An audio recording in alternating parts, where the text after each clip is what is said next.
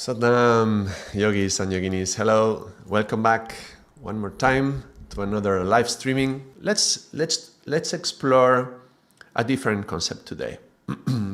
I had a question in the comments of the video the other day that somebody was Latika was asking me about how about the projection of the voice. I mentioned the projection of the voice from different chakras, and she was asking me if I could go deeper into that.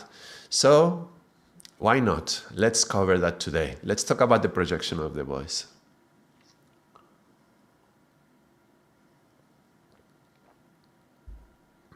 Well, there's a few things. Projection of the voice would be about how we are, getting our voice out into the world. There's one thing. Before talking about how the voice goes out into the world, let's talk about how it goes inside within us. Now, I explore a lot about this when in the mantra course, how different sounds vibrate in the body in different ways. And, I was exploring pa pa ba ba ma, being the sound of the father and the mother, pa pa ba ba mama, and they vibrate in the belly. So this is the kind of things that some sounds are going to be very, very easily located. Some sounds are going to affect a number of places at the same time. So we can find the S from Satnam, for example. The S is going to be a sound that affects the legs because of the sibilant sounds. Sirsha, Saha, Sirsha, Sa particularly are vibrating in the legs.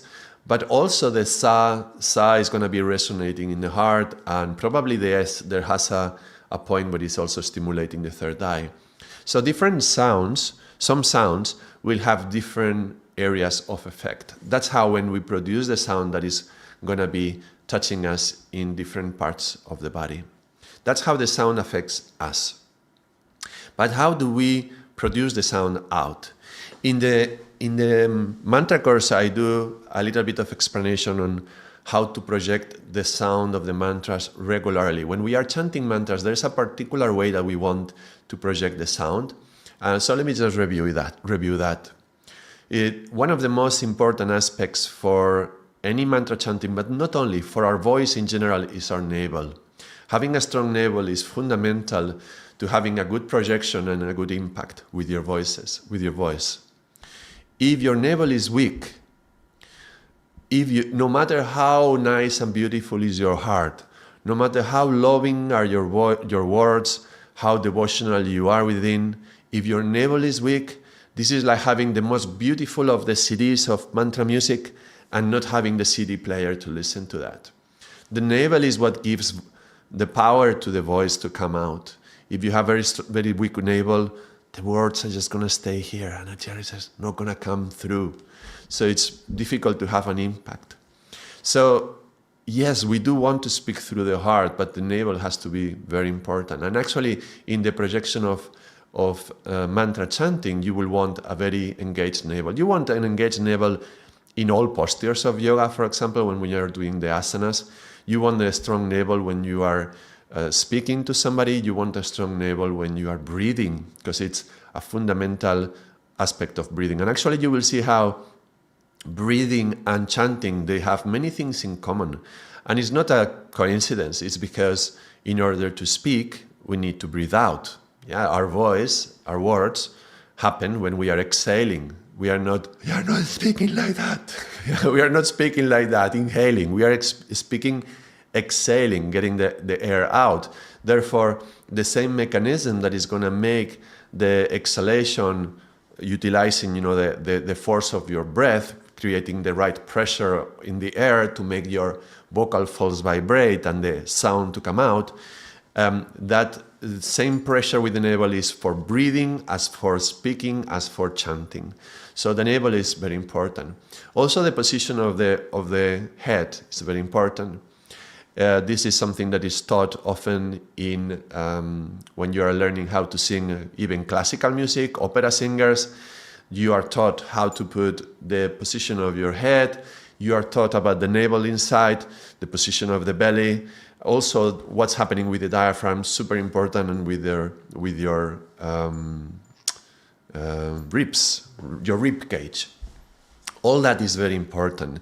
But particularly with the navel active, what happens is that if your head is projected forward in some extension like this is going to be obstructing the passage of air where the air gas has to go through to come out through your mouth and your nose.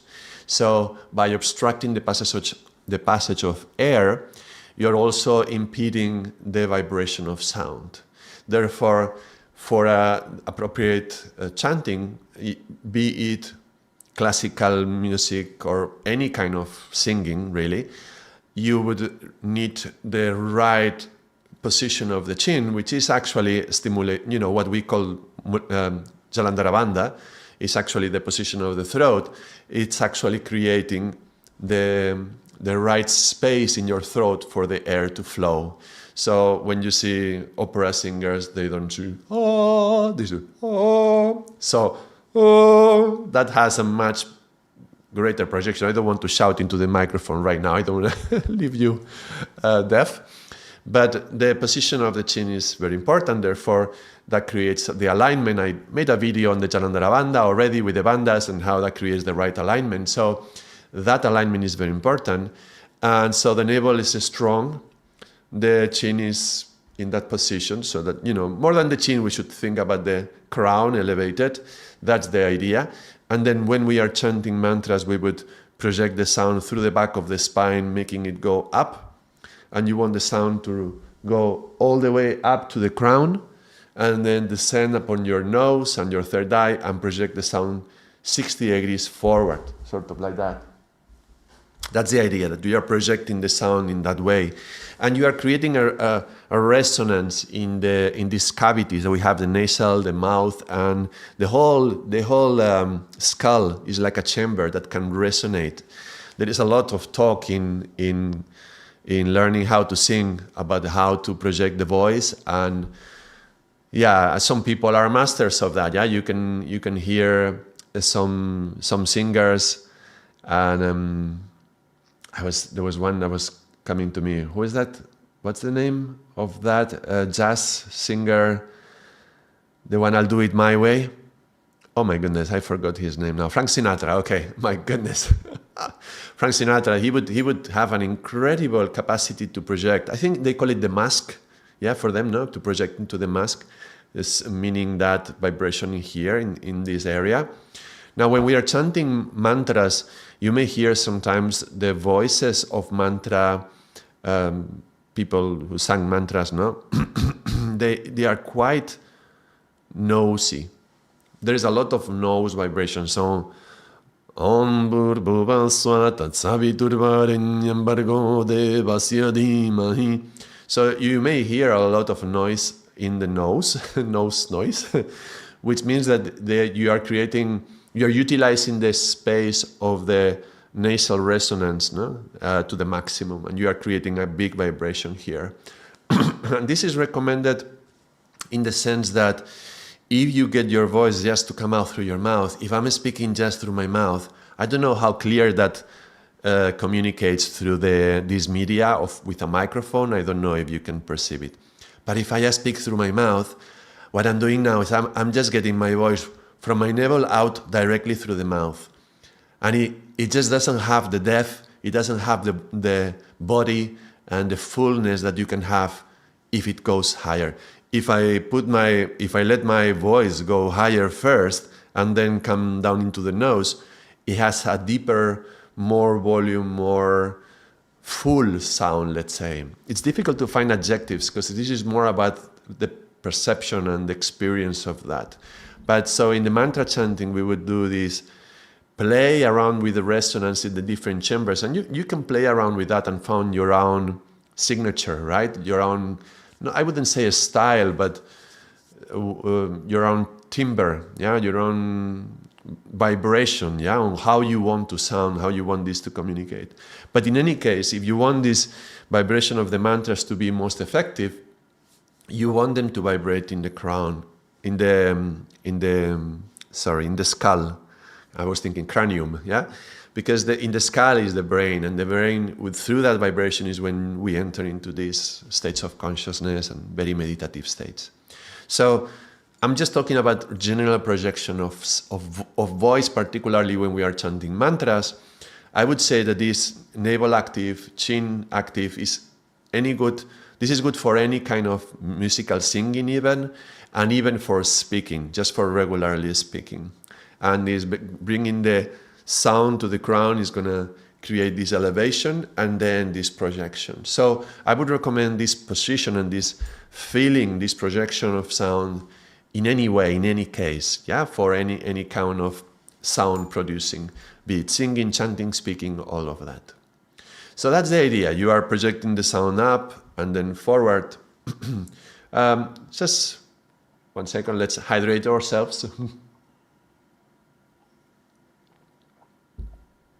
Let me make a point of that with a very typical mantra that we chant in Kundalini Yoga. We chant Om Namo Gurudev Namo. And when we are chanting the Ong, there is one thing, that Ong is fully nasal sound, completely nasal. It's not a little bit nasal, it's not mostly mouth and a little bit nasal. No, it's fully nasal sound. What this means is that even though the mouth is open, and we want it open because the mouth is also a chamber, is going to be resonating, and you want the tongue to be loose within the mouth so it can vibrate.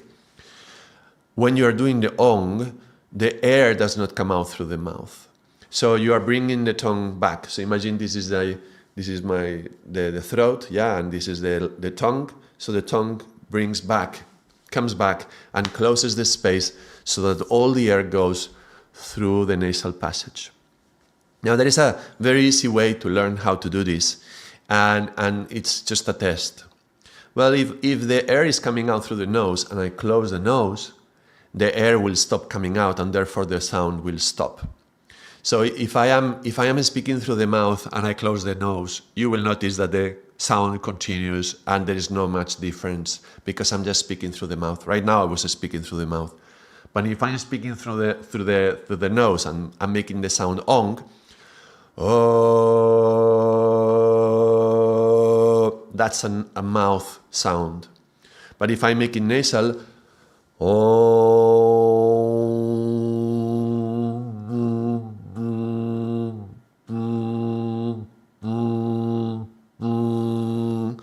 so if you can use your fingers and you can try, if you close your nose and you're making the full nasal sound, the sound should stop.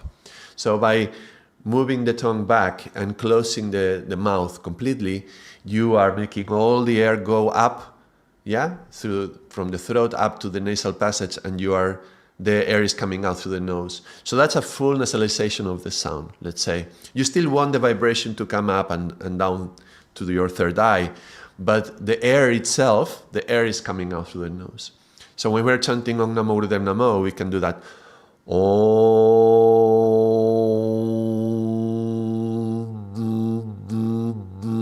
And you can test that. But don't do this. That don't stop the sound. You don't stop the sound to close the nose. Don't try to stop it. Just keep chanting and just close the nose. And therefore, that way you can test whether you are nasalizing the sound or not. So chanting Om Namo would be that way. And it would be a very long Ong. In the Om Namo Gurudev Namo, we want the Om Namo and Gurudev Namo the same. Om Namo, same distance. Gurudev Namo, the same distance. And we would ideally want to do all this in one breath.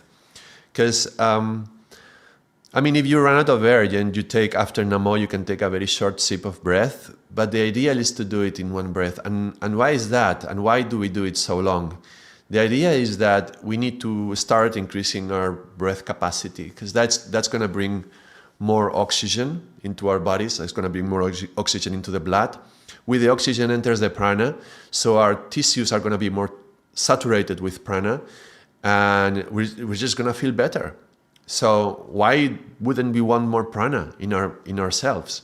So you want more prana, why why not train yourself to gather more oxygen? And so why not expand your lungs, right? And with a good expansion of your lungs, you're going to have more capacity to breathe and to exhale and therefore to chant. But that also depends on a number of things. Your capacity to hold a note is going to depend on a number of things. But let us do this test for a moment. Let's see if we can do a long ong, a long ong, Namo Gurudev Namo. And I'm gonna use a very long version, and you check whether you can chant with me or not. It may be a little bit challenging, but we will see. Maybe I will not do it fully long. Let's try that though. I generally join my hands to do this, because it's like a prayer. It's like calling for ong, calling for the ong namo, and Gurudev calling for the Guru. Yeah, so let's do that. We inhale deep and exhale.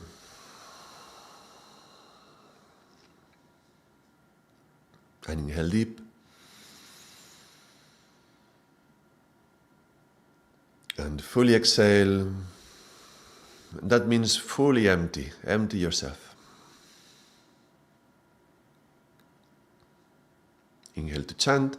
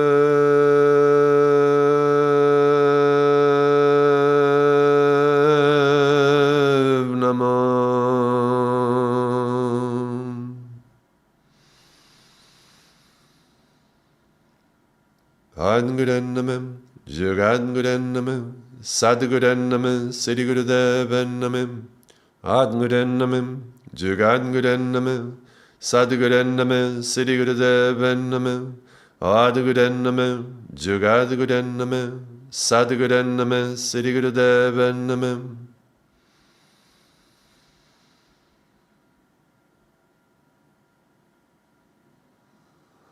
I do. The second was a mantra of protection. It's hard for me to do Om Namo and not do the second one. They go hand in hand. If you have chanted this and you found it difficult to hold the sound for so long, it can be a number of things. One could be simply your lung capacity. It can be just very small, short, for whatever reason. But typical reasons would be having smoked in your life, that reduces your lung capacity a lot, being asthmatic or having asthma or allergies, very strong allergies, that could be a good reason for that. Also, having suffered from some particular disease which affects the lungs. I was thinking COVID, I didn't want to say it, but when I passed COVID the first time, I remember for months it was difficult to breathe deeply, so I wouldn't breathe as deep, and therefore I would have less lung capacity. So one of the reasons for not being able to hold a sound for a long time, it could be simply a matter of not having enough air in the lungs. But it's not the only reason. One other reason could be simply that you are not putting enough pressure behind the air. Now, for the pressure behind the air, there's a number of mechanisms. There's a number of actual diaphragms. There is one in the bottom of our body, actually in the perineum. There is one diaphragm right there, which is also engaged when we are chanting. And there should be an engagement from down below, even from the area where we do Mula Bandha, yeah? From the perineum, between the sphincter and the sexual organs. So that's the first diaphragm that gets activated. The second one is the one that we generally call the diaphragm, the one below in the solar plexus, yeah? In the solar plexus, below the lungs. So if that diaphragm doesn't press enough, the air doesn't have pressure. If the air doesn't have pressure, it's like deflating, like a balloon. And then you inhale very deep.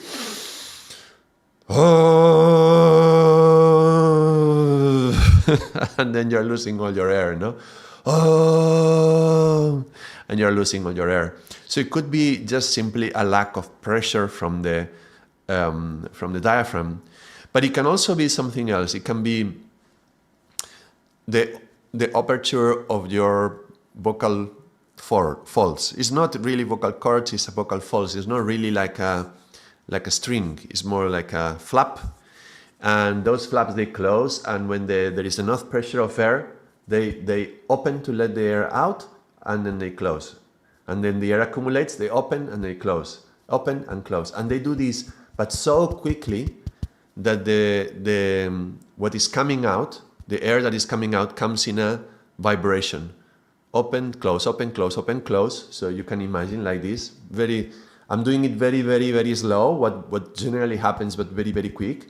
And that creates this vibration. And vibration is sound. Sound is nothing else but vibration, yeah? Is a vibration in the particles in the air coming out from you.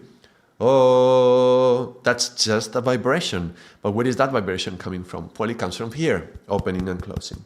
However, if the vocal folds are too open, instead of having a little bit of air coming and coming through the gap, there is a lot of air coming through the gap. And then when a lot of air comes through the gap, then you deflate yourself very quickly, like a balloon. Oh.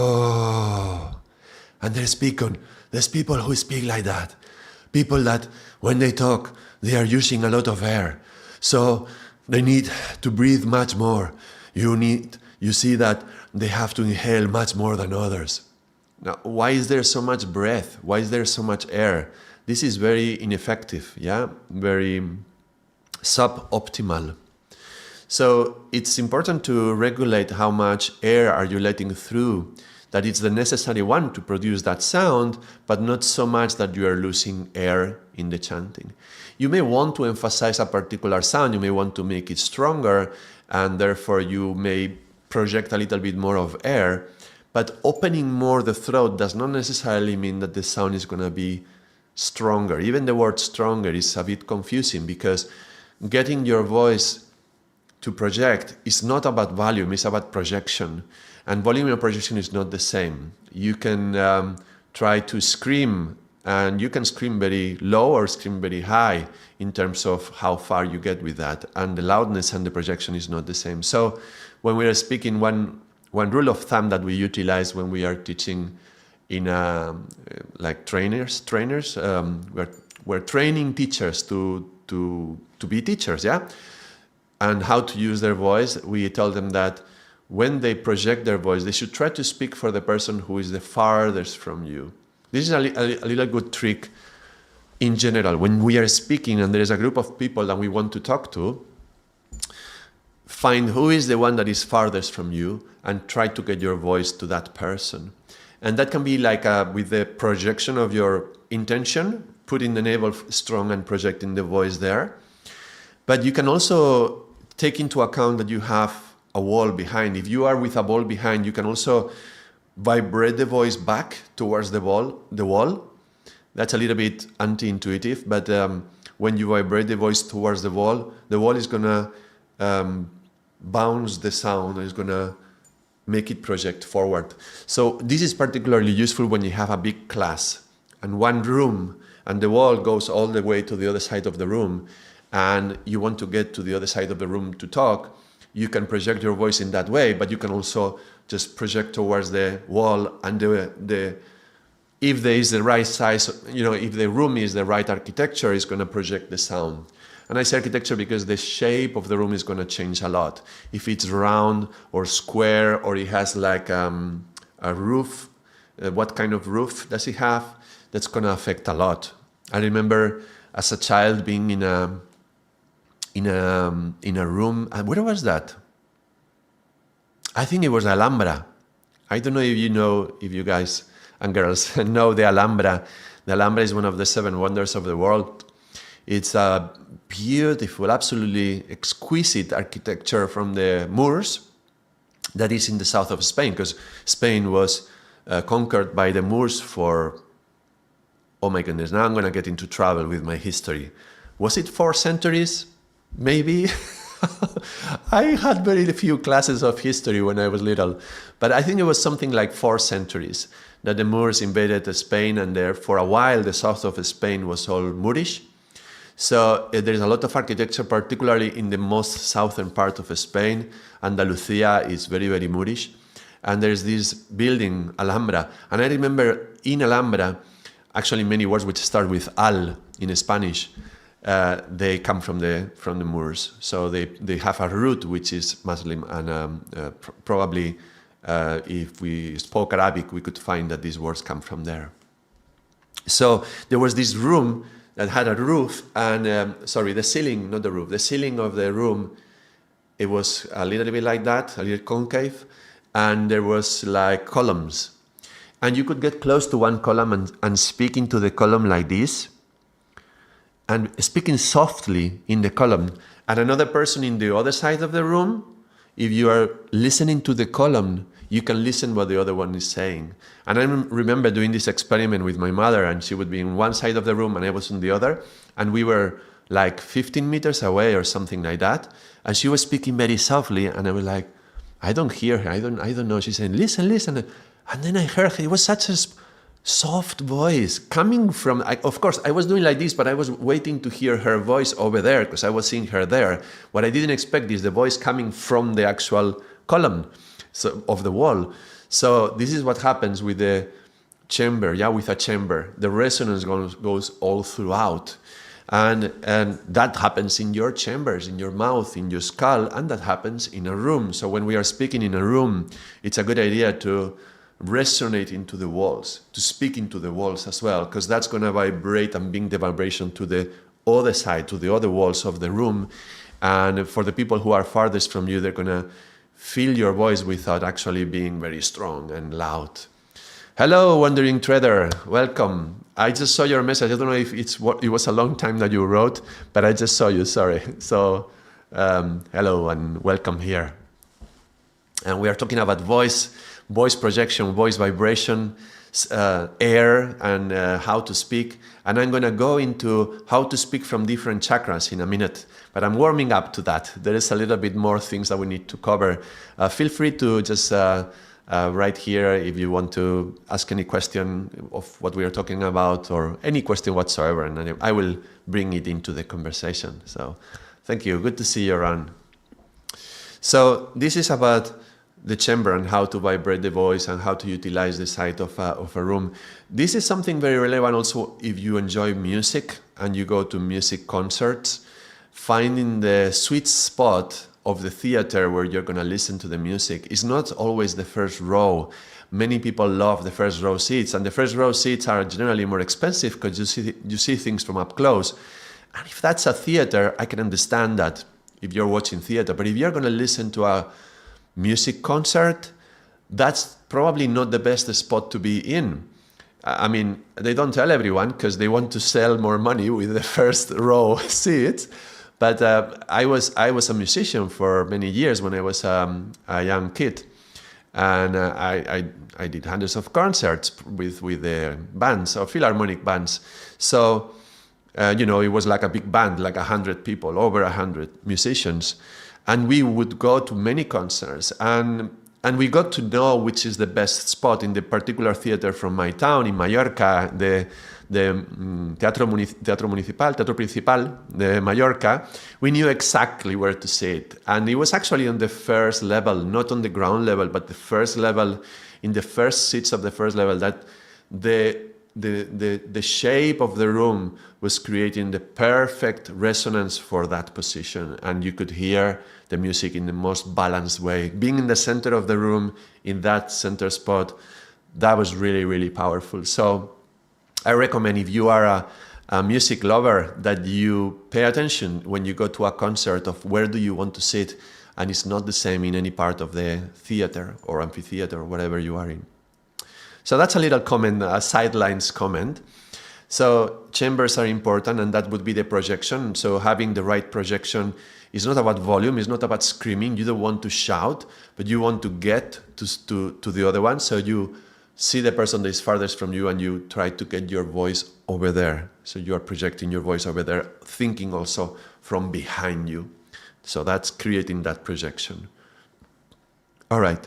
Now, another thing that can happen when you're making a sound, I was talking a little bit ago about making one sound and running out of air, like Satnam, and you run out of air. It could also be by the way you pronounce that sound. So some people find that when they are doing Om Namo, they can hold for a long time. Om Namo. They feel like they could go on forever. But then when they go to the Guru De, when they reach to the they lose all the air. And what could happen is that you haven't really, if you never train your voice, we can speak, we all learn how to speak, but we didn't learn to speak like the most perfect, precise, optimum way. And I remember I went to a logopedian. I wanted to learn how to speak better, but that teacher didn't teach how to speak. He only taught how to sing, but it was useful. And we were practicing, and I realized that my vowel, I was losing so much air. So it was happening to me. That's why I'm sharing it. So when I would be chanting Om Namo, I could go for a long time, but then Guru De, I would lose so much air in the air. And that's because I was opening the vocal folds too much. So constricting this area and being more clear of the Jalandhara Bandha helped me to hold it.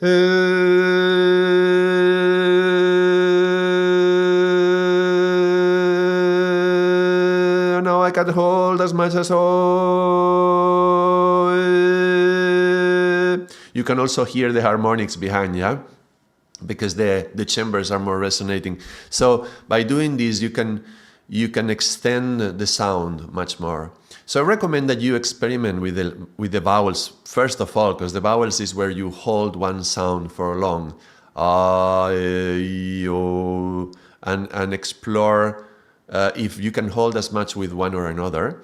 And it's a good experience to go to a logopedian or a voice coach to learn how to utilize your voice better. So that's on the part of speaking and different aspects of projection for the mantra chanting as well. But this is all general. Now I want to say something more specific. I'm going to go specifically about not where does the vibration touching me, but where do I get the vibration out from? And that's a little bit less clear, that's less obvious, and it requires your intention, your particular intention. So when I make any sound like papa, baba, mama, that sound is going to vibrate, in this case, papa, baba, mama, is going to vibrate in my belly. If I do ta, ta, ta, ta, it's going to vibrate up here. If I do ch, it's going to go higher, and k is going to go higher. But that is how the sounds are affecting my body. You can choose to speak from your throat or from your heart or from your belly or from any chakra that you want. And that's actually going to have an impact on the other. So what chakra do you speak from is going to change the impact on how the other one is going to receive it. And this is something good for everyone to explore and experiment. I can give a few details on how are the qualities of these chakras, and everyone, you can all explore by yourself and try it in different conversations. This is one of the things about yoga. Yoga is not a practice that you do at home alone a few minutes or hours in the morning and then you go out and you're in the street and you forget about yoga. Yoga is something that you bring into your day-to-day living. So because we spend so much time with our voice, speaking and listening, why not bring some of the yogic concepts and ideas into our day-to-day? So this is what I'm going to talk about now. This is something that you can practice while you are in the shop, in the supermarket, or when you are in your job, talking to your colleague or talking to your boss, and apply this.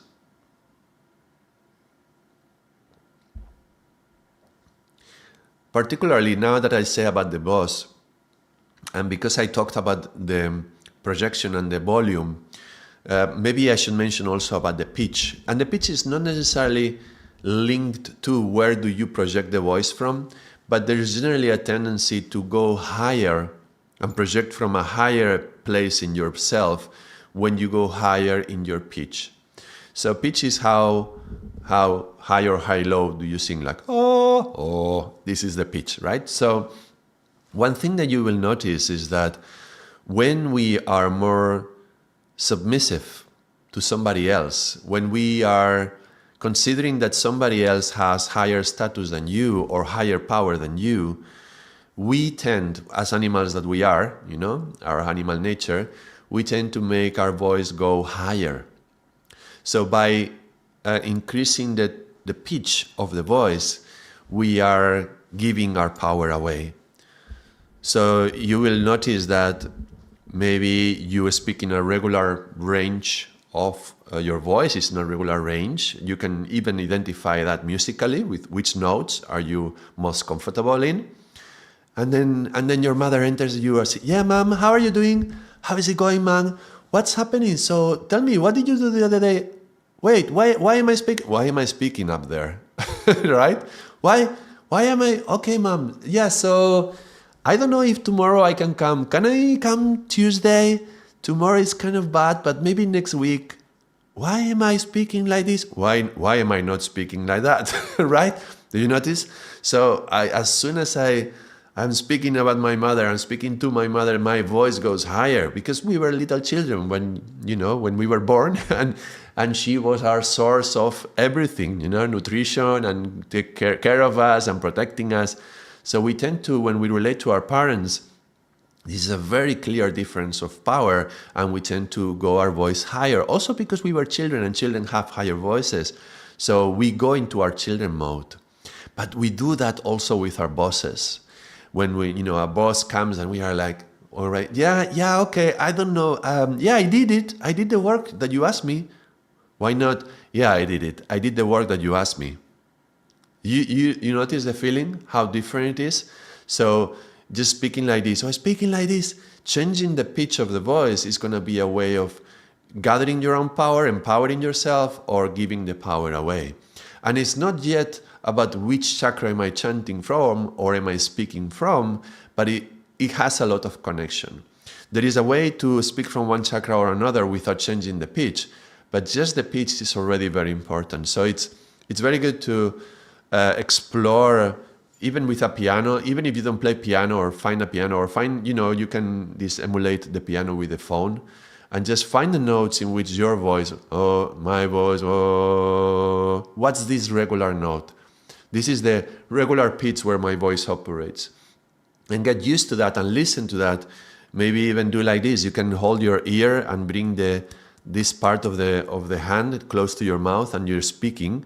When you're speaking like this, the voice will go into your mouth, it will go into your ear, you will hear yourself much better. Singers often do this when they want to make sure they are on pitch. So you are doing this and get that voice. Now, identify it and be very conscious of it. Now, when you are in front of some other person, pay attention if you are going higher with your voice. Because if you're going higher, you are giving away your power in a way. If you want to hold your power, keep the voice like this. If you need to exert even higher power, you can even go lower. And I can lower my voice and go a little bit deeper. This is deeper than generally I speak, but then I may want to make a specific point and I may want to go into this range. And people will listen. This is very subconscious. But communication is largely subconscious. The content of our words is just a little part of what communication is. The voice tone is a big part of that. And then comes body language. That's another topic for maybe another day. But the voice is transmitting, is communicating a lot of things subconsciously that the other person, unless they have trained on this, they're going to pick it up, they're going to react to that without consciously knowing. So by you lowering the voice, you are saying, you know what? I empower myself. I value my voice. I value my words. I think what I'm saying is important and I'm going to say it. So you are giving value to yourself, and it's less possible that, less likely that somebody's going to interrupt you. If you're speaking, it's a group of people and you tend to find yourself interrupted, do this. Whatever tone you're doing, lower the tone. Okay. And go slower, more consciously, more determined. Yeah. By lowering the voice, I'm going slower. You are saying, look, what I say is important and I'm going to say it. So please listen to that. Yeah. It's not about imposing yourself. It's not about, using your power to crush the others. But it's about valuing yourself and valuing your own voice. My voice has value, and I need to be conscious of that and gather my own power. I'm not gonna just let it go. I'm gonna say what I need to say. If I need to say something, if I don't, I'm just gonna stay silent. But if I want to say something, I'm gonna say it. If I'm gonna say it, I'm gonna project it. I'm not gonna go halfway and leave it in the middle. Okay, so that's about voice and pitch and the power that you put into the voice. Now, after you utilize the voice and you utilize the right frequency, then comes the projection. Where do you project from? And just like the higher pitch or the lower pitch, as the higher that we go, we're losing power, also happens kind of, not exactly, but kind of with the chakras. There is one way to communicate. Some people are very superficial. And when they are communicating very superficial things, they will be up here. And they will be talking about we're talking, how is the weather today? Okay, so, yeah, did you see it's raining again? Oh my God, it's raining. Oh, the whole week has been raining. And I'm not going particularly very high in the pitch, but the conversation is all happening up here. It's not going very deep. And when you go up here, this is the reign of the mind. So people who are very much into their heads, they tend to go higher with their voice and they're speaking on this level. This is a conversation that is in tune with their mind, and generally the mind speaks very fast. You may end up with a headache if you try to do this for too long, yeah? But some people are like this. When you are with them for a little while, you end up with a headache because you hear them, and it's generally like a drone that doesn't stop. It's like, and going up here. So a technique that you can use from a yogic perspective, if you want that person to calm down and to slow down and to probably listen, then the very words calm down, telling you that the words has to go down. But how can you make the other person calm down? Well, you cannot just go yourself into your heart and hope that they go into their heart. It's much more effective if you first go up, match the level where they are, and start speaking like that. Okay, so you're telling me that. You remember that? That reminds me. You know what the other day happened? The other day happened that I was going through there, and as I'm speaking, I'm starting to go down in my voice. And you know what happened? And I told that thing to that person, and after I said that, I'm starting to slow down, and that person replied that thing, and you know what? That had such an impact on me, and so as I'm speaking, I start speaking at the rhythm and at the level that the other person is in. I match the level. I create some sympathy. I create resonating sympathy, a harmony. And then I start to lower myself. And as I'm lowering myself, it's going to lower the other person and it's going to let them come down to their heart. And you look, this is a service to them, because spending all day in the head, this is not healthy. So letting them come down into the heart, this is where we breathe. This is where our lungs is. It gives them an opportunity to breathe in, slow down, and listen, and maybe have a different conversation. So if you are trying to have a conversation with somebody who is just not listening, in their head, total full-on head, go there, match the point, and slowly lower the rhythm, lower maybe even the pitch, and lower the projection. So the rhythm is lower, the tone may go from higher to a bit lower, and then you are projecting from a lower chakra. And by doing this, through resonance, you have a capacity to bring the other one down. You see, we have incredible circuits in the brain that are totally designed to copy the other. This was from when we were babies. We need to learn.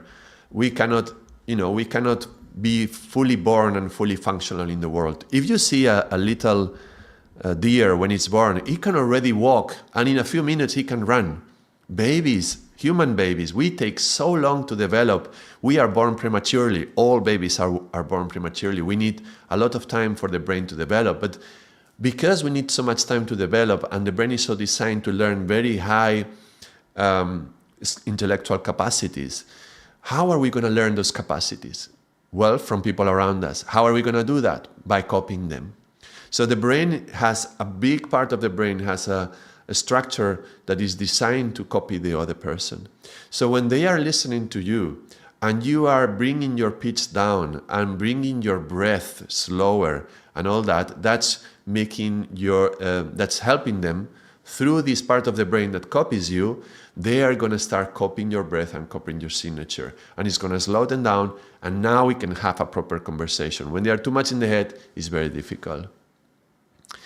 So Karina says, wow, amazing, I need this so much, thank you. I have a shirt that says, I'm not yelling, I'm Brazilian. My 1,000 days meditation is for radiance and easy, because that's what I'm focusing on. Nice, 1,000 days. So for those who are not Kundalini yogis, why sometimes we talk about 1,000 days? Because when we do 40 days, one thing is like breaking a habit, and we need 90 days to reestablish a new habit. And we say that when we do something, 120 is part of my identity, is becoming me, but 1,000 days is the time that we require to master something, to be the master of something. So doing 1,000 days of radiance and easy, so that's 1,000 days of becoming light and being more easygoing, yeah? I'm not yelling. I'm Brazilian. That's nice. I think, yeah, the Brazilian spirit is so close to the Mediterranean. I feel much closer to Brazilian attitude than the Portuguese one, actually. I live in Portugal and I see many Brazilian people, but there's much more heat in the Brazilian blood, which is something that we have more in the Mediterranean. I think because Portugal is touching the Atlantic, it's a little bit colder in their blood. And I remember I did a trip with my friends from Scotland, because I lived in Scotland for a number of years, and they came to visit me in Barcelona. We went together and we were visiting Barcelona, and there was two things that happened that my friend from Scotland was noticing. Stuart, my friend, he was noticing. He was like, they are gonna hit each other. He thought like they're gonna fight. He was like, and I'm like, no, they're just playing. They were playing domino, and they were putting the pieces like ba ba ba ba, boom ba ba ba, and they were like screaming at each other, putting the pieces down, and he thought they were gonna start fighting in any moment now. They're gonna fight, and I'm like, no, they're just playing dominoes. It's just normal. Don't worry. This is just the heat in our blood, because in particularly in the coast of Spain, where we are in contact with the water, warm water from the Mediterranean Sea, we have a much more heated blood. And you can see that in Italy, and you can see that in Greece as well, much warmer than the northern countries like Sweden. So he was from Scotland, and he was noticing that. And the other thing he was noticing is that there were two people having a conversation. I noticed he was just listening like that, and I'm like, so why are you listening? He's like, it's incredible. He says, they are speaking at the same time. And I never realized before, but it's true. One person was speaking, and then when they stopped speaking is this, but the other person was like this, and they were like overlapping. So one person is still talking one person is still talking when the other one started to talk, and there was a time when they were speaking at the same time, and the other one is continuing, and then the other one starts when the other one was still speaking. So there's a big overlap, and there was a conversation that was happening at the same time, which is incredible. I think that's partly why I can listen to something and I can speak at the same time, which makes me a good translator. I sometimes interpreting for my teacher. So I'm listening to him and I can translate at the same time in Spanish. I think it's because, we create this capacity to listen and speak at the same time. But this is not recommended. Another thing that I notice right now, I'm speaking very fast. I'm talking about Spain and I start to accelerate. This is my Spanish blood is kicking in. So, and maybe as my Spanish blood is kicking in, I'm probably going higher as well. So let's come down into the heart. And as we're coming down, we are slowing down the breath as well and the rhythm of the conversation. So Karina says, exactly, but I don't want people to think I'm fighting when I'm talking. Yeah, I think it's all right. People understand we are different cultures. And it's so, the difference is so radical. I remember teaching for the first time in Estonia. And I've taught now quite a few times in Estonia, and I really enjoy teaching there. I'm going to be teaching there very soon, I think, as well.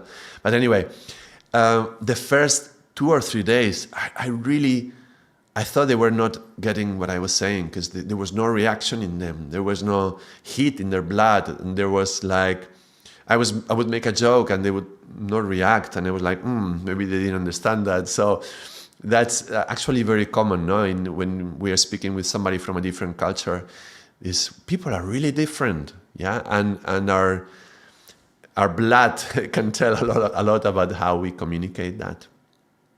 Yeah, don't worry. I don't think they're gonna think you're fighting when you're talking, but it's a good reminder for us. Me myself, as a Spanish person, I constantly have to remind myself to slow down. It's not easy because it's in your blood. You've been doing it all your life. And to me, even now that I'm doing these YouTube videos, I want to translate the videos. All the videos in my channel are translated to 5 languages. and that's a lot of work for me. But it's less work if I speak slower, because then the AI understands me better. When I speak too fast, then it starts to have some errors. And also my accent is quite strong. So I recognize my accent is quite strong. But yeah, so slowing down is better for the communication. And it's also gives you the capacity to breathe more. So you're coming down more into the heart, which is healthy anyway. You're not so much in the head. It's easier to react when you're in the head. When you come down into the heart, you are less reactive. And so you can listen to the other and then respond. Yeah, excellent. So, so one technique is this, to pick up where the other one is and lower your voice and make it come down into yourself, so that the other one has also an opportunity to come down from their head, not to have a headache later, and to come more into their heart. So that's an opportunity to do that. But there is other elements as well. It's not just about being superficial or being very deep. It's not just that. It kind of happens like that. This is what I have observed. The more higher you are, generally more superficial you are, less relevant conversations you are having. And the deeper you go into you, the deeper you are connecting with yourself as you are communicating. That's something that is definitely happening. But there is something else also, and it's the chakras. So let's talk now about, this was all a warm-up. It's been over an hour now, but this was a warm-up to talking about chakra communication. And this is a topic that we explore in the level 2 from Kundalini Yoga, as taught by Yogi Bhajan. We talk in the level 2 that is called conscious communication. There are 5 level 2s, and everyone has a different topic. In the one of conscious communication, we talk about which chakra are we talking from. So let's go into that.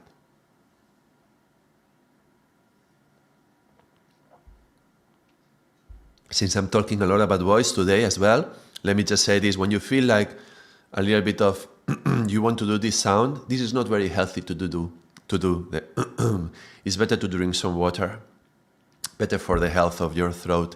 If you're going to be speaking a lot, if you're a teacher or you're a communicator, or for whatever reason you need to speak a lot, then take care of your voice. So chakra communication, we say in general we want to speak through the heart, right? We want our heart to be in the middle of our communication, because that's what's, the heart has the highest qualities, love and devotion and sensitive. The heart is sensitive. The heart has this capacity for compassion and sensitivity. What else? Our silence is in the heart. So connecting to the heart is very important. However, as I mentioned before, it's not to speak from the heart. Because if you speak from the heart, then it doesn't have much power.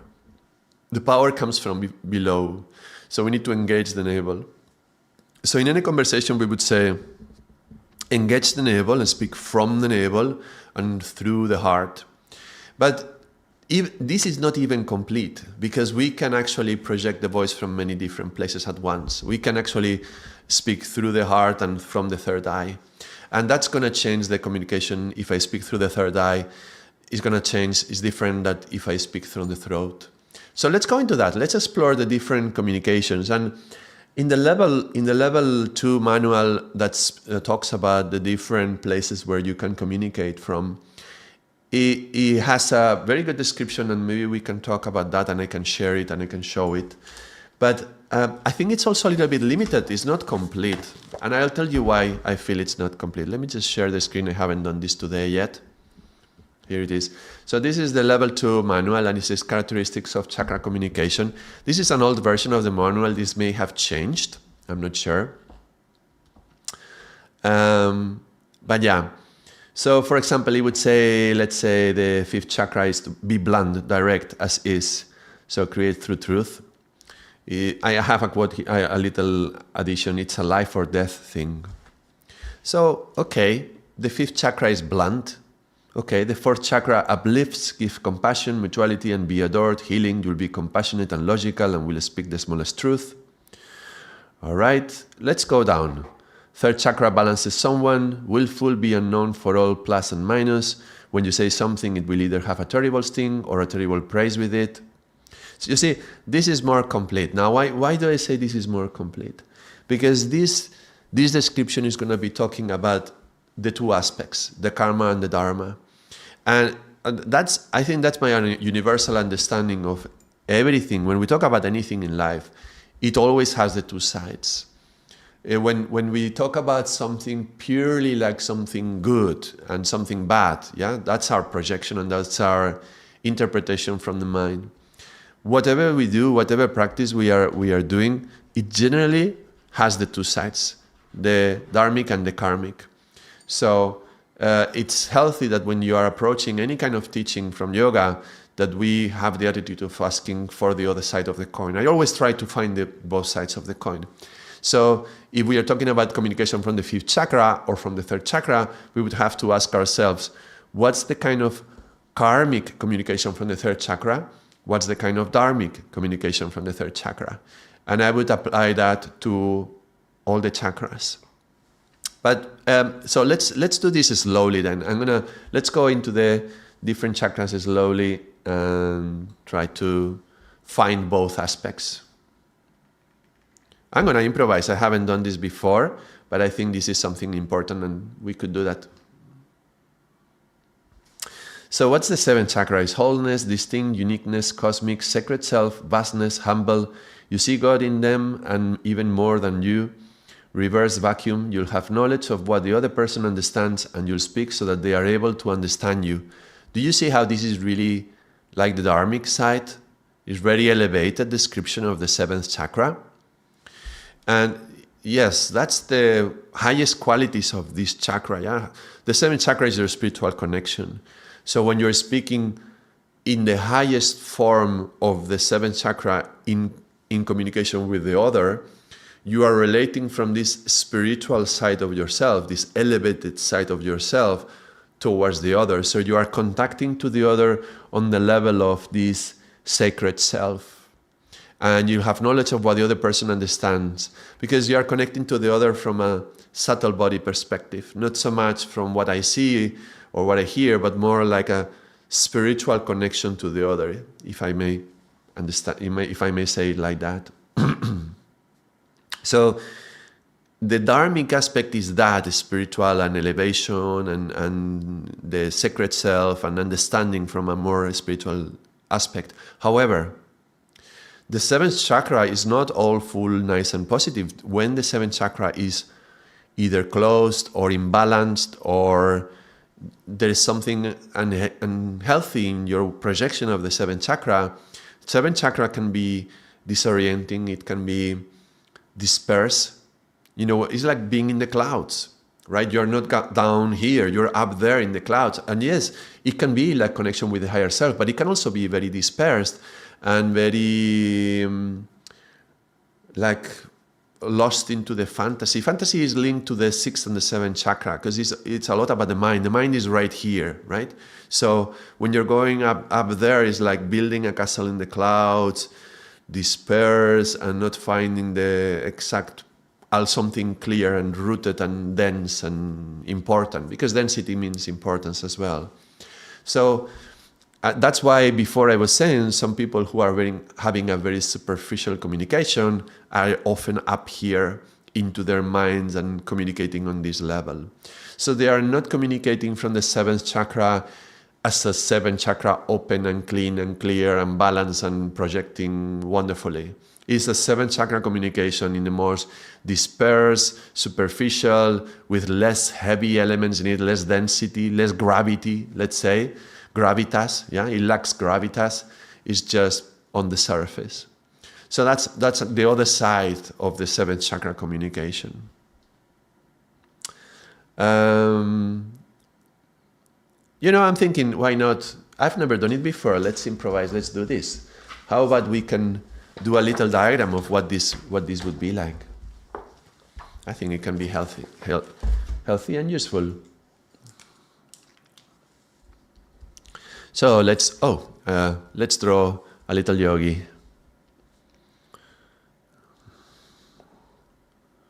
Let's see how the yogi will look today.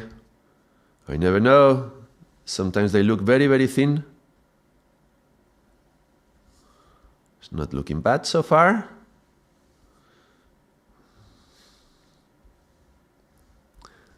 It's pretty good. All right. So here we have the seven chakras. I'm going to go, I don't have 7 colors. Well, I have 7 colors, but they are not the 7 colors of the rainbow. So I'm going to go brown. Okay. No. I'm going to go this. Green, blue. Yeah, I'm going to go brown. Okay. Just because I don't have the violet color. Okay, never mind. So 7th chakra. The 7th chakra, and we could say these are the chakra communication.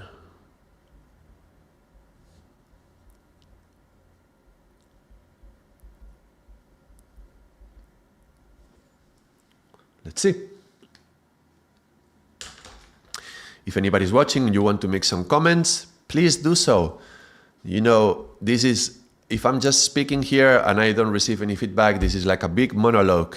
So if you want to collaborate and cooperate and bring what you know, I'm sure those of you who are listening, you know a lot about chakras. Some people know an incredible information about chakras. And this is not my specialty. I studied many things and I know a little bit about many things, but I don't know a lot into some things. So if you know something that you would like to collaborate, please bring it. And if I do a clip of this video and someday it's available in the YouTube channel, then, or you can just listen. If you're listening to the stream on the YouTube channel, you can also put it in the comments. So let's put both sides, the Dharmic and the Karmic. And the Dharmic would be what we saw in the book, yeah? You remember there is this cosmic sacred self, and you see God in them even more than you, and knowledge from what the other one understands, and you can speak so that they can understand you. All right, let's say this is the sacred self.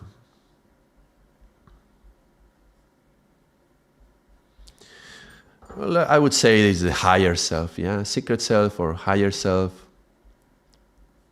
Communication from here, it's a spiritual communication. So whatever you are talking, even if it's a mundane topic, is going to have a spiritual component to that. There's going to be a spiritual relevance to that topic. And because we are all spirits having a human experience, when you are communicating from here, you're communicating to the spirit in the other person. Yeah. So the other person would be sitting here in front of you. Yeah, this would be the other one.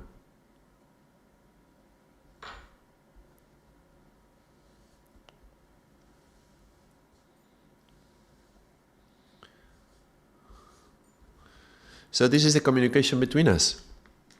So as I'm speaking from my 7th chakra, this is the kind of projection that it's going to have, and it's elevated. And this will be the Dharmic aspect. And the Karmic aspect, I'm thinking, should I do it in red, all the Karmics? But then, okay, I'll do it in red. And then when we come to the first chakra, which is red, it doesn't matter. We will see what happens then. That's a problem for a future Ardaas. Okay, so the Dharmic would be the sacred self, the higher spiritual, the elevated. And the Karmic aspect of this chakra is that when we are in it, we are most dispersed. We are in the clouds.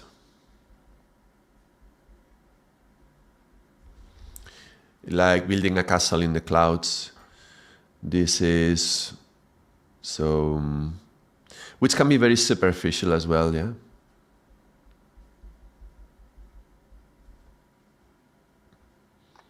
Something else.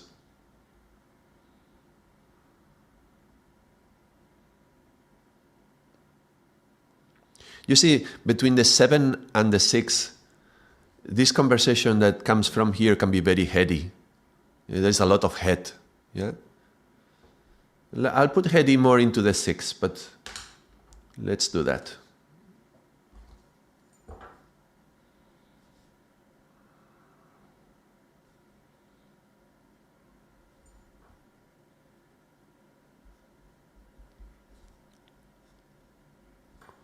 So one of the karmic aspects would be heady. Too much head in the conversation. But let's read what our manual, our level 2 manual says about the 6th chakra. Let us see. The 6th chakra says, command and take charge. Well, why does it say that? Because the 6th chakra is associated to the pituitary gland. And this is the gland that we associate with the command of all the other glands. So the pituitary gland is the one that gives orders to the other ones to decide how you're going to respond to a particular situation. So there is a decision that is taken in the brain, in some part of the brain, and then that signal is sent to the pituitary, and the pituitary says, okay, we have to respond that way. Okay, let me inform all the other glands. Let's say, for example, in a situation of stress, then the pituitary will say, okay, the glands who is supposed to be releasing adrenaline and so on, let's start, or cortisol, depending on the mechanism. Okay, let's start working. So that's the command center. Yeah, that's the command, the gland that is going to be commanding. So that's why communicating from here, it's about commanding and taking charge. Taking charge is also a way to take responsibility, which is something that we, in Karam Kriya, in numbers, we associate with number 6, taking responsibility. Is subtle? Well, the subtle body is between the 6 and the 7. I would say is more towards the 7. I mean, yes, it's more subtle than other chakras, but the highest is the more subtle. So the higher you go, the more subtle it becomes. Did I put it here? Sacred or higher, it can also be subtle. But yeah, the higher you go, the more subtle it is. We could see it like this.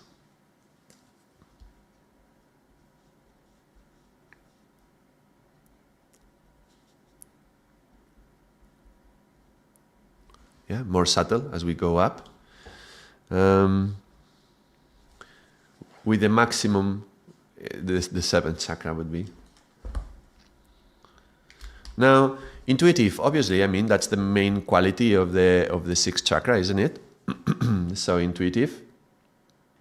Mannered and graceful. Yes, graceful. Why? Because, you see, we associate the sixth chakra to the arc line from earlobe to earlobe. This is the light that is around the heads of saints and gurus and divine beings, yeah? So we all have this arc line, yeah? But let's say we put it very, very light, in a lot of light in the paintings of these special beings. So this light is like there is a special grace in you that you receive. So communication from the sixth chakra is like you are communicating from that grace. You see what is real and what is not. Oh, I missed one sentence. Excuse me. I should be drinking water or tea.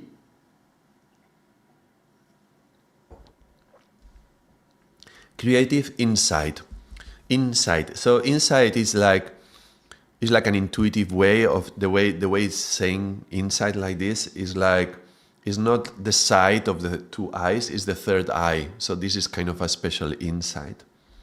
It's more than personal, see what is real or not. So the fourth and the sixth chakra are connected. If your heart is open, you will be more intuitive. If your heart is closed, you will be less intuitive. So some things that affect the heart are affecting the third eye as well. They are very much connected. Now, the heart is the sense of truth, satya, yeah?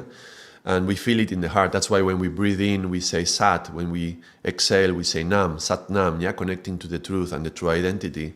So the third eye is connected to this sense of truth because it's also this insight, this capacity to see what is not seen is what it allows me to see the truth in things. So when somebody is speaking and I go here to this point and I'm listening from here, now up to now I was talking about speaking from, but you can also apply this to listening from. So you can be listening from the third eye, or you can be listening from the heart, or you can be listening from the seventh chakra. That's just like another layer, right? Where you are when you speak and where you are when you listen. So if I'm from the third eye, I'm going to be hearing the truth in what the other one is saying. And you will feel whether the words spoken are true or not, but you will also hear the truth behind the words, what is behind the words. Because the third eye is like an X-ray vision. You see what is not seen, what is not regularly seen. So what is real or not, and you will speak everlasting truth, which will influence others, and it will have an impact. Whoa, so many things, right? Okay, let's copy some of these down. Command. There was intuitive. Is graceful communication. It's about insight and clarity. You see with a certain clarity what is real, what is not. Yeah, so truth. You communicate the truth and you perceive the truth in the other, and that's going to have an impact. It's like when you perceive something that you weren't seeing before. When you see something that you didn't see before, you feel, Allah, like you hit yourself here, because this is the point where you are having the impact of the truth of that. Whatever you perceived is like, wow, having an impact on you. All right, so that's the dharmic expression of the communication through the sixth chakra, when we are communicating through the sixth chakra in a dharmic way. But there is also the karmic, as I mentioned. When you are too much in here, this is too much in your head. And the sixth chakra is not particularly open and clear. You're communicating through here, but through all the mess in your head. So there is a lot of thoughts. It's very heady. It's a lot about thoughts and opinions. It can give you a headache as well. it's giving me right now, I'm just feeling it, just trying to tune in to that, to communicate it, is becoming heavy up here, heavy head. So heady and heavy, yeah, in the head. So very opinionated, which is the opposite of truth, yeah? Truth is the things as they are. There's the things as they are, and then there's our opinions on that. Opinion is our own take on them, the way we see them. You see, but it's not the third eye who sees them, it's the other eyes. So I'm seeing them through my own opinions, or my own perspective, yeah? So it's heady, it's thoughts, it's opinionated, is the opposite of clarity, yeah? It's my own opinions, it's not a clarity. And this command can be very imposing as well. When you go into here and you try to command from here, but you don't have the license to communicate in that way, it can be felt very impositive. Like, impositive, did I say? Like, impositive, yeah? You're imposing your view on the other, yeah? You're wanting them to do things your way. So, like, stubborn and stubborn can be something between the 6th and the 7th chakra. Yeah, I want the things done in this particular way. So you are like the the donkey which has these things that they don't you cannot see both in to the other sides. So it can be like that.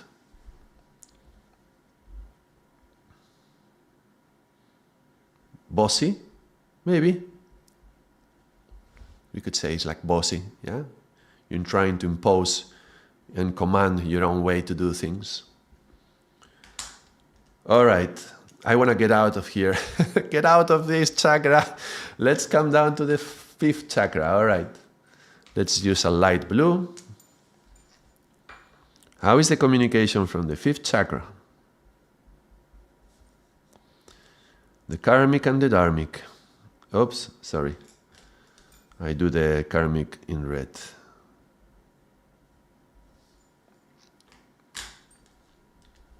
All right, let's take a look at what the book has to say about this. It actually says very little. It's blunt, it's direct, thinks as is, creates through truth. Creates through truth.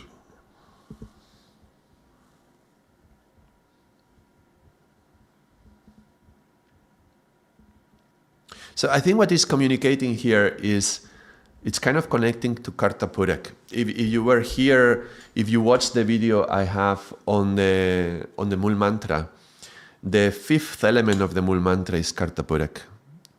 So Ek is 1, Ong 2, Kar is 3, Satanam, Sat is the truth, so that's the 4th. So when we get to the 4, we will see to the truth. We will connect to truth as again. But in the 5th is Karta Purak. And Karta Purak, it means things are the same as you tell them as you are. So whatever you say out there is very much how you are inside. And your consciousness is coherent and in balance and in harmony with your actions in the world, your creative actions out there. So you are, it's like create through truth. I understand it like, it is my truth, how I am really.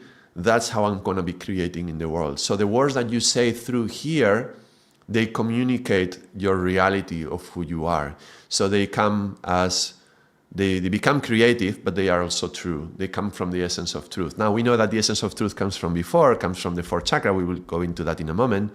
But it's like I'm capable of not just be true to myself, let's say, but I'm capable of communicating that truth. This is about seeing the truth. Yeah, we were talking about the 3rd eye, like seeing the truth. So when the other one is communicating and I'm listening from the 3rd eye, I can see the truth in what they are saying, and I can see the truth behind what they are saying. But when we are in the 5th chakra, it's about, am I capable of communicating that or not? Because you may be the most intelligent person in the world, you may be the most wise, you may be the most compassionate, but can you communicate that or not?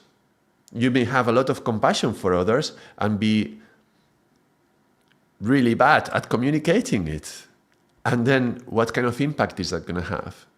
So you see, the 5th chakra because fifth chakra is communication, this is about how are you able to communicate that. So this is, I mean, this whole thing that we are doing right now, everything is about communication. But if one of the chakras is the quintessential element of communication, that's the fifth chakra. So are you able to communicate? So I'm going to write it here. So whatever you need to communicate, whatever you have to say, you just are able to get it out. And this is why in the manual it says it can be blunt and direct as is. Because from the fifth chakra is you are crossing the bridge out. Yeah, this is the bridge towards the outside world. Whatever is inside of me, if I don't say it, it's not going to go out. I mean, my body language may say things, but the moment I say the words, now they are out. So this is the bridge. So when the fifth chakra, you're communicating from here, is like you are crossing the bridge and you are just saying things. Look, this is as it is. This is what I feel. This is what I say. This is what I feel. This is what you are just communicating from here exactly the way things are. So it can be very blunt. Yeah. Particularly if it hasn't been tempered through your heart. If you just communicate just from the fifth chakra without your heart, that can be painful. Yeah, it can be hard. Now, let me do a small pause here. When we are, one of the rules, there are rules for communication. Maybe someday we can go into rules for communication. But one of the rules for communication is don't say anything that is not necessary, kind, and true. Now, necessary, kind, and true, not or true.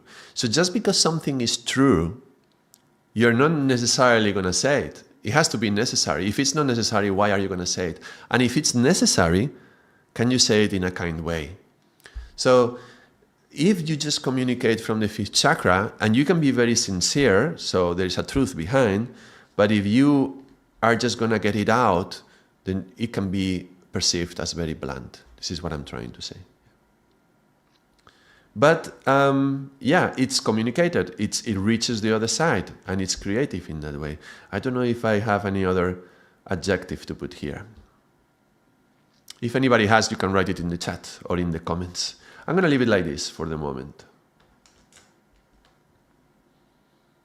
But let's say when you communicate through here, you can create a bridge to the other one. Because the 5 is the point of the bridge. Yeah, it's like the numbers 1, 2, 3, 4, 5, 6, 7, 8, 9. So if you are finding that your communication is not reaching the other, somehow it's getting lost through misinterpretation or misunderstanding or whatever, you may need to increase the bridge. So this bridge can be created through here. So let me put this bridge here.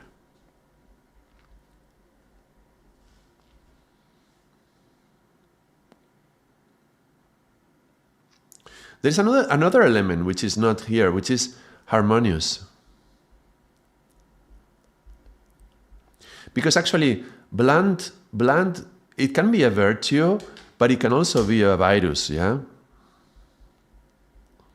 Blunt can be something that we need to, if we are trying to, we're having a meeting in the company, and everybody is not really speaking what they feel in their hearts. They are just like, oh yeah, well, yeah, we could do that. And the other one, yeah, okay, well, yes, if we, everybody's trying to be good, too good, and nobody really speaks the truth. Then sometimes it's needed that bluntness to move things forward. And some people need to hear the truth as it is. If it's necessary, I'm going to say it. And maybe it's blunt. I'm going to try to say it in a kind way. But sometimes we need that bluntness. So blunt can be a tool. It can be something dharmic. But blunt can also be something karmic, something that squashes somebody, yeah? Like a blunt weapon, yeah? We use it as a blunt weapon. So it can be hard like that. But there's another virtue of the fifth chakra. Fifth chakra is the one we use to sing and to chant and to make music. So music is about sound, and sounds can be dissonant or can be in harmony ones with the others. So the communication for the fifth chakra can be harmonious, like making music. Like we are communicating, and if we are both communicating from the fifth chakra, we could be like making a song. You are talking, I'm talking, you're talking, I'm talking. And we are like creating this dance, this, not dance, but this melody together, yeah? And this harmonious melody, the two of us. And it's like a song. Let's sing together, let's sing together, right? While in the karmic version would be disharmonious, or what did I say before? Out of tune? Dissonant? And this can also mean out of tune with the other and out of tune with yourself. Like you know who you are, but then when you communicate it, you say it to try to please the other one maybe, and you are not communicating your truth. So you are closing yourself to that truth. So that could be another way of interpreting and understanding the communication from the fifth chakra. Yeah.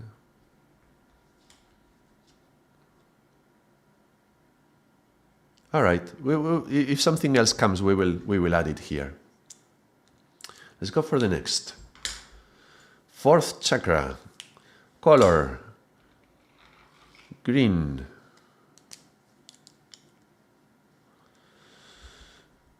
Let's put it here.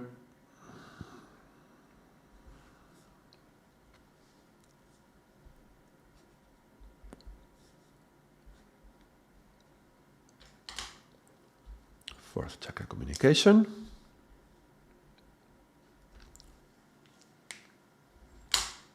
Let's read the book.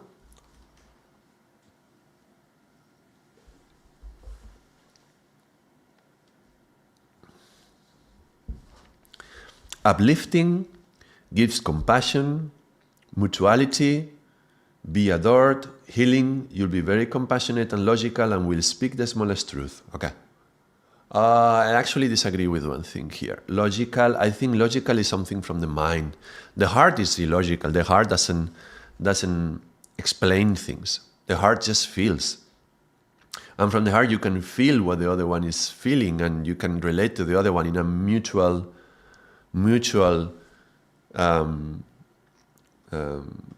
sharing of experience, yeah? This is where empathy comes in. So the heart is full of empathy. You are feeling what the other one is feeling. It's not logical. I would disagree with that. I don't know why is this here.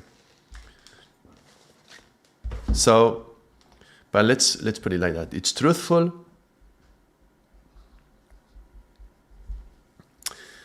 What is compassionate?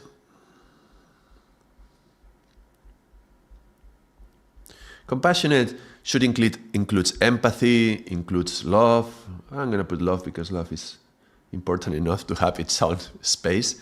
It's loving, it's empathetic, it's compassionate, and through that empathy we are finding a mutual feeling. We are connecting in that way from heart to heart. Yeah, I mean, that's what it is. It's heart-to-heart communication. And that can be healing. I mean, when they say healing here, I think everything can be healing in some way. You know, the right blunt communication at the right time to somebody who really needs to hear it, that can be healing. Yeah, but I understand how love is one of the most beautiful feelings, and that can be very healing. So yeah, I see why it would be over there. But compassionate, loving, devotion is soft. Yeah. Very different from the bluntness of the fifth chakra. Is soft.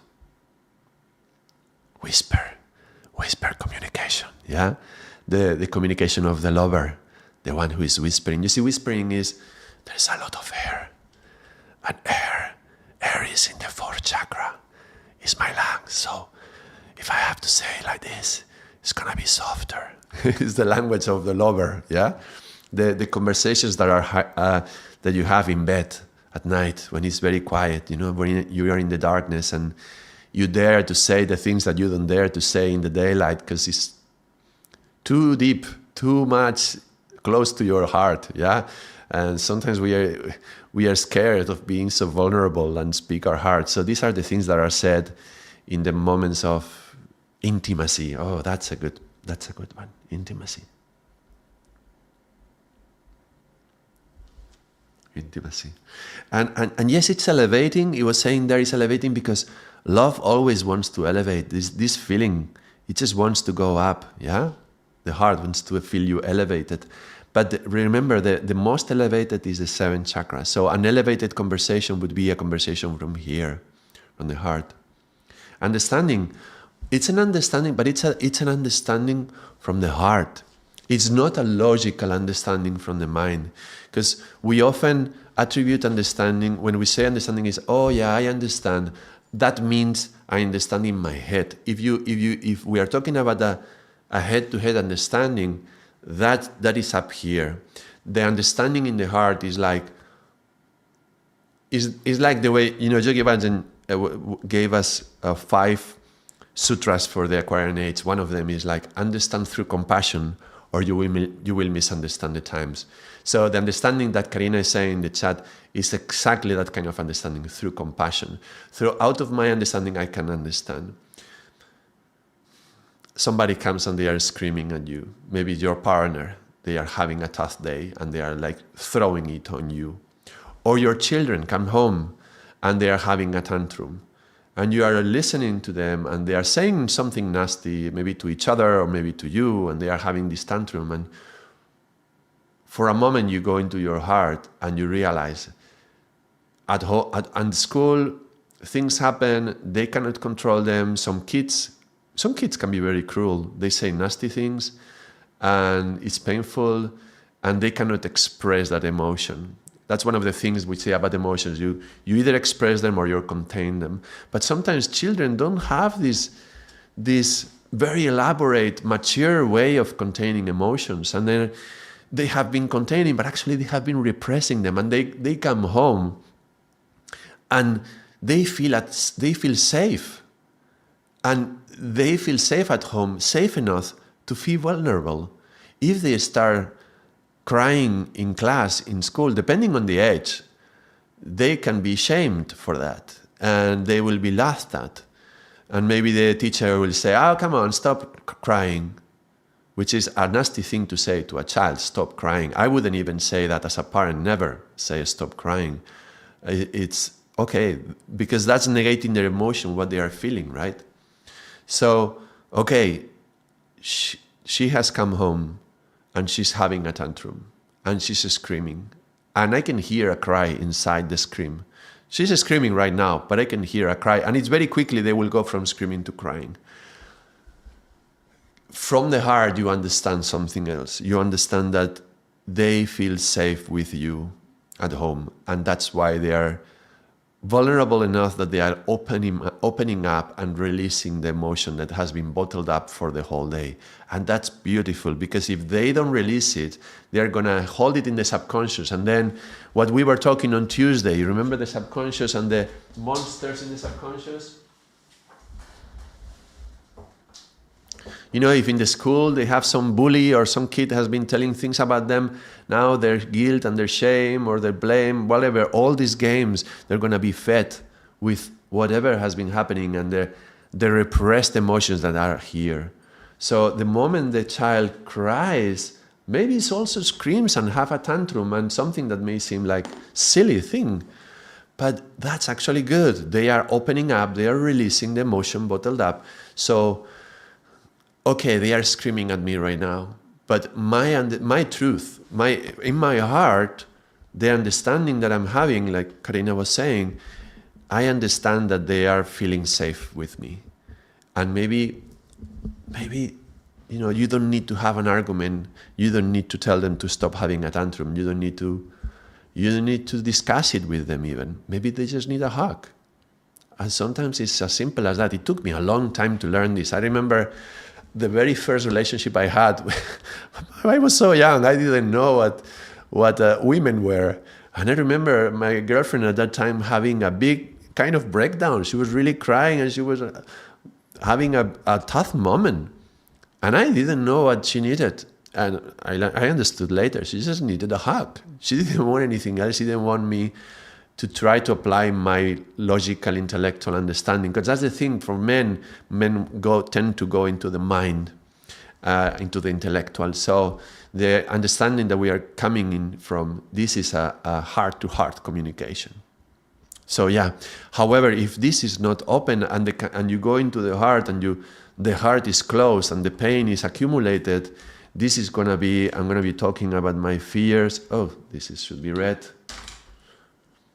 When I communicate from here is my fears, my doubts, my insecurities. You realize this is where they are stored.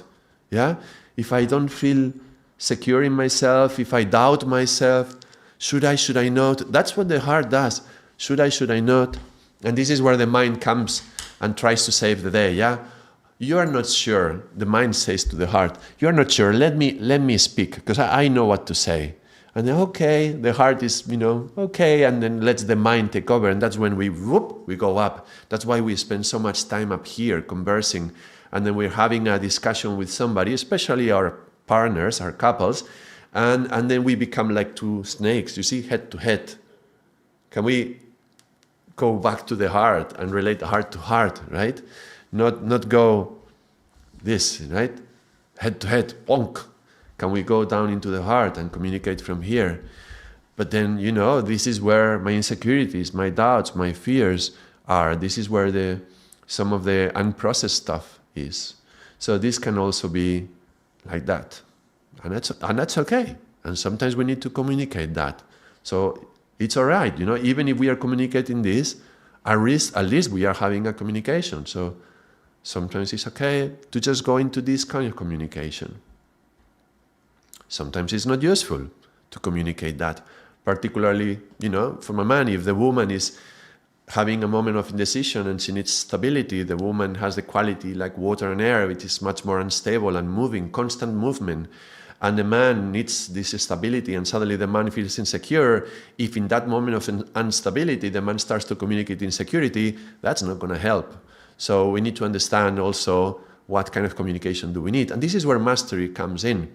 Just knowing what kind of communication do you do and knowing what kind of communication is required. So choosing what chakra am I going to communicate from. And at first, you may need to go slowly through this list and become familiar with that. Make sure you know clearly how it works and train yourself that you can go into those consciously, so that later it becomes more automatic and we can just call upon that part of myself without having to resort to this list and becoming artificial, because we don't want to be artificial in the communication. But I hope you can all see how this could be very important, to be aware of these different levels of communication. Should we carry on? What's the third? Third color is yellow.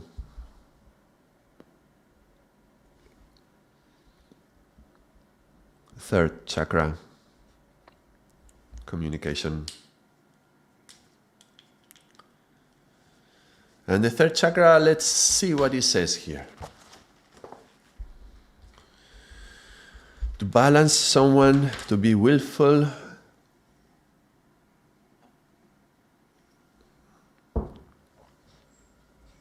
be unknown for all plus and minus. When you say something, it will either have a terrible sting or a terrible praise with it. Will balance someone. Let's start with balance someone. It's an unusual thing that we associate with the three, but if you look at a chair with 4 legs, they have to be absolutely perfectly equal to feel balanced.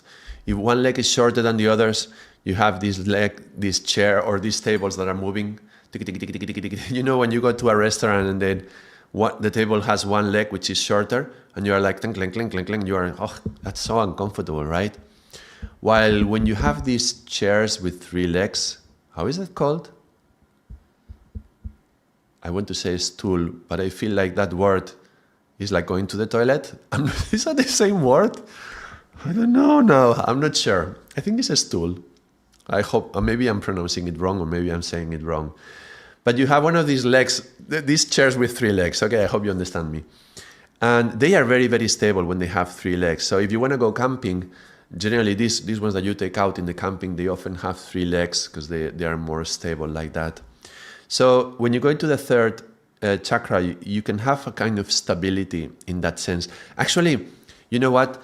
Stability is something that you find in the 3 chakras, the lower 3 chakras. So just like these higher chakras, they want to make the conversation more subtle and elevate. They want to elevate. The lower 3 chakras, they want to stabilize.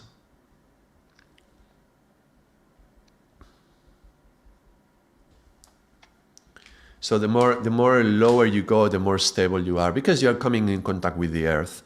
So this is the lower triangle. This is a triangle. The lower triangle. This is the higher triangle. So the lower triangle is bringing the stability.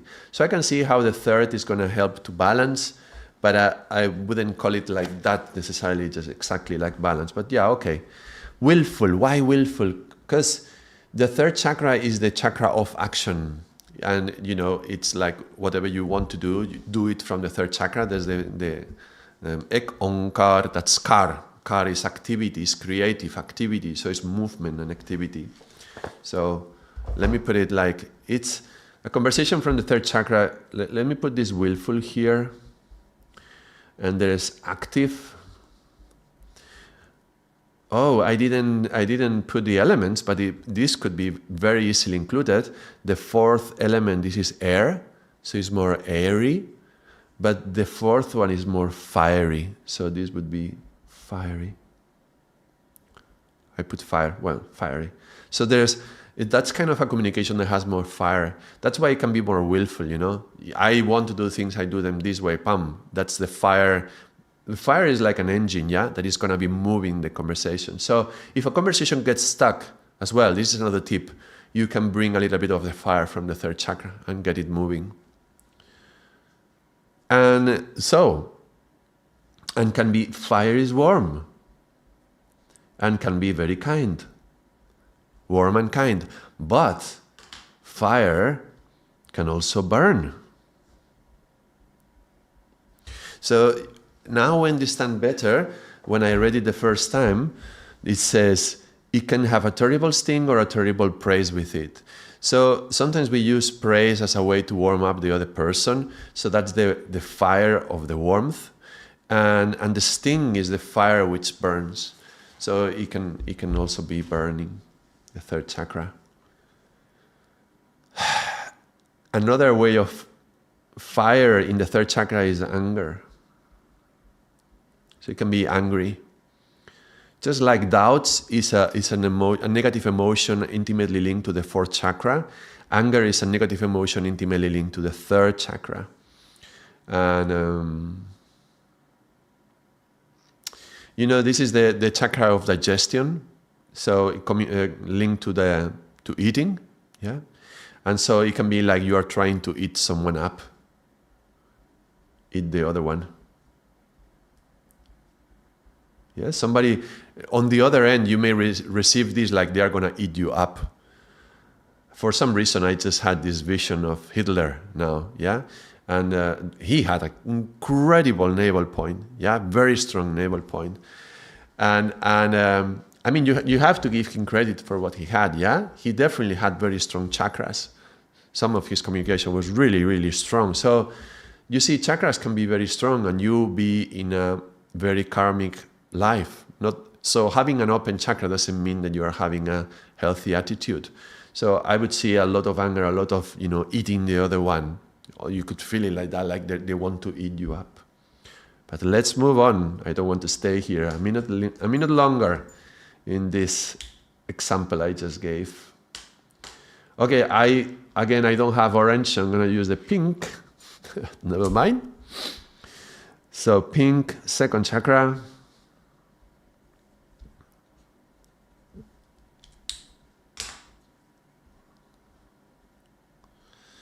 Let's talk about the second chakra. Let's see what the manual has to say. Seduce. I mean, of course, this is the chakra of sexuality, right? Convince, sexual, zigzag to your want and sensation. Zigzag because its second chakra is 2, Zigzag is like number 2. It's like zigzag, zigzag, zigzag is like number 2. You look at number 2, it's like a zigzag, you see? Number 2 is like a zigzag, yeah? So, stimulation. You speak from here when you are trying to control, to finish it.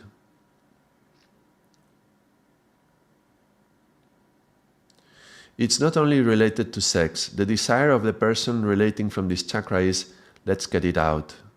Okay, there's a number of things. You speak here when you're trying to control. Well, I wouldn't say so. I would say control is more about the fire. Yeah, let me put it here, actually. I go against the book. Well, I take responsibility for my mistakes. So if I'm wrong, I'm sorry. But this is how I feel. Control, it's actually controlling. When you are trying to control is when you're setting boundaries. That's what 3 things do. You know, the 3 sides of a triangle, you are controlling something. So this is very much 3rd chakra. But maybe what it means is when it says control here, it's referring to the aspect of seducing. So when you're seducing someone, you're trying to get the other one to do what you want. So it's a kind of control, but it's more through the seduction. Should I put seduction or seducing? Seducing, okay. What was the other ones? Convince. Convince is linked to seducing, let's say sexual. So this can be flirty, yeah? This can be flirting in a way. Now I put it dharmic here, but it doesn't necessarily have to be very dharmic, this kind of communication actually. Because it can take us through a, let me put it flirty here.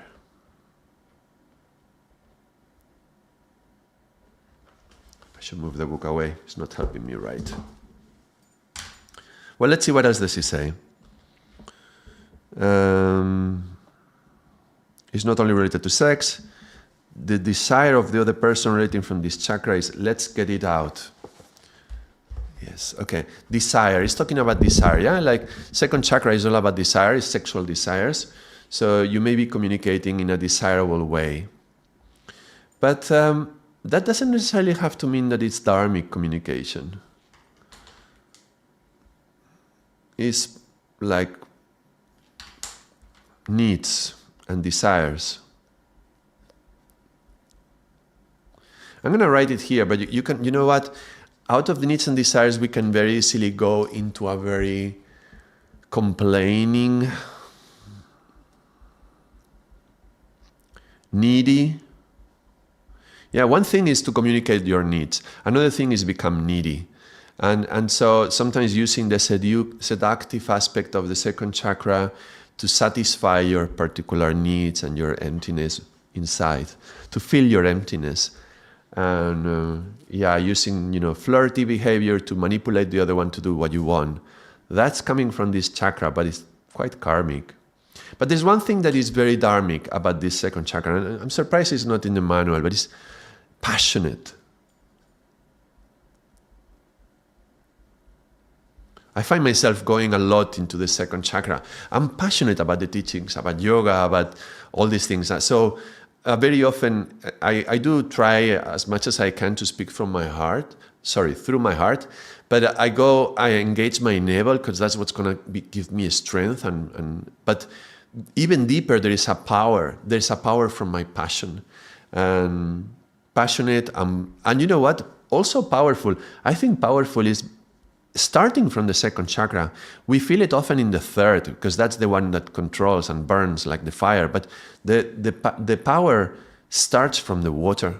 Water is a very powerful element, even more than the fire. So passionate and powerful. Because passion is like sexual passion, but all the other passions are also contained there. So when you are accessing your 2nd chakra, you can bring your passion out and you become passionate about your words. So that can be very important if you want to have that kind of connection with the other one, communicate that passion to the other. It's going to make things alive. Because you know what? The 2nd chakra has the opportunity to bring a baby into the world. That's life, bringing life into the world. So why not bring life to your conversation by putting your words through that passion, yeah, bringing that passion forward. So that's what the second chakra is going to bring. Yeah, when you go down into the second chakra, you can find your own passion and communicate it. Enthusiastic, yeah, communication. That can be very powerful. Finally, we get to the first chakra. And because it's red, I'm going to do the Dharmic as red, and I'm going to do the Karmic as black.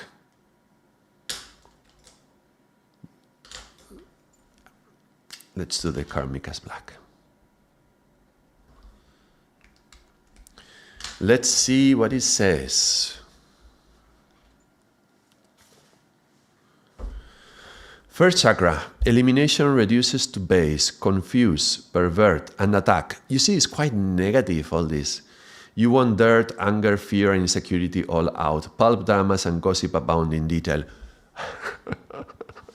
This is really bad. This is really, really karmic, okay? But okay, let's go slowly. Elimination reduces to base. So, a very base conversation, a conversation that is base and brute, being a brute, you know?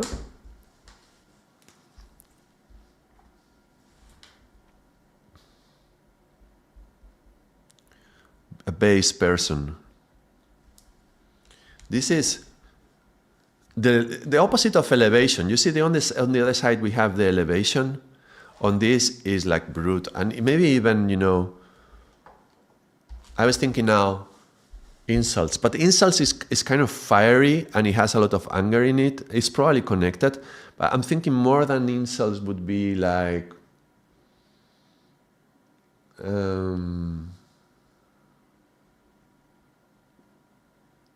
how do you say that? Bad words? Like saying lots of curses? Cursing? Curses? Because that's very brute, very, and the language is not elaborate and subtle and graceful at all. It's totally not graceful. So cursing and bringing the... I just did this sound. Why? Because you see, this is the cave. This is the bottom of the cave. This is like how do you say that? Grumpy. Yeah, grumpy. In the cave, you can see in the cave you can be like a guru or you can be grumpy, right? So this is the kind of cave where the monster is, you know, and so it can be very, very horrible conversation from there. The horror, the horrible. And you know, here he mentions anger. I would say anger goes more into the fire, but I can see why. Because anger and fear, this is something that triggers the survival part of the other. When you are sensing something is dangerous to you, it triggers your survival mechanism, which is linked to the first chakra. So you see, when you're communicating from the first chakra in that negative karmic way, you are actually stimulating the survival mechanism. So I would say survival in you and the other. So you are stimulating fear in the other, and the other one is going to feel like their life is in danger, kind of. Yeah, it's dangerous. So be careful with the other one. No, be careful with me. Be careful. How am I going to communicate? But even this sound has a lot of fire. So it's like the first and the third chakra are very connected to each other, which are very masculine chakras anyway. First and third are masculine, second and fourth are more feminine chakras. But yeah, both have karma and drama. So they said, you want dirt. The manual was saying, you want dirt. So yeah, dirt. Dirt is the earth in the worst, the karmic aspect of the earth. So dirty conversations. But you know what? There is also a dharmic one. I believe there is a dharmic essence to the first chakra. And I would say, I don't know why it's not contemplated here, but I believe if you are in tune and your chakras are aligned and healed and healthy enough, you can tune into the first chakra and communicate this base communication. You can make a communication basic, solid, stable. That's the qualities of the first chakra, aren't they? So you can go there. It's actually not so easy to go down into the first chakra, but and I'm trying not to lower the pitch, just to go there, but being very simple. Things as they are, not elaborate, yeah? As they are, simple. Very. It can be like the person who doesn't speak at all, and then they are giving their opinion, speaking, blah, blah, blah, blah, blah, and he says one thing.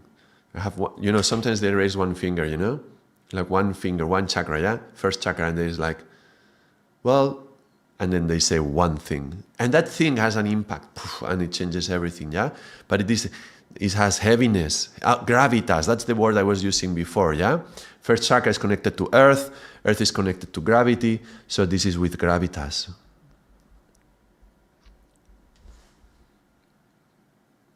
So, I think it's quite clear, yeah, the description of this first chakra with gravity, with earth.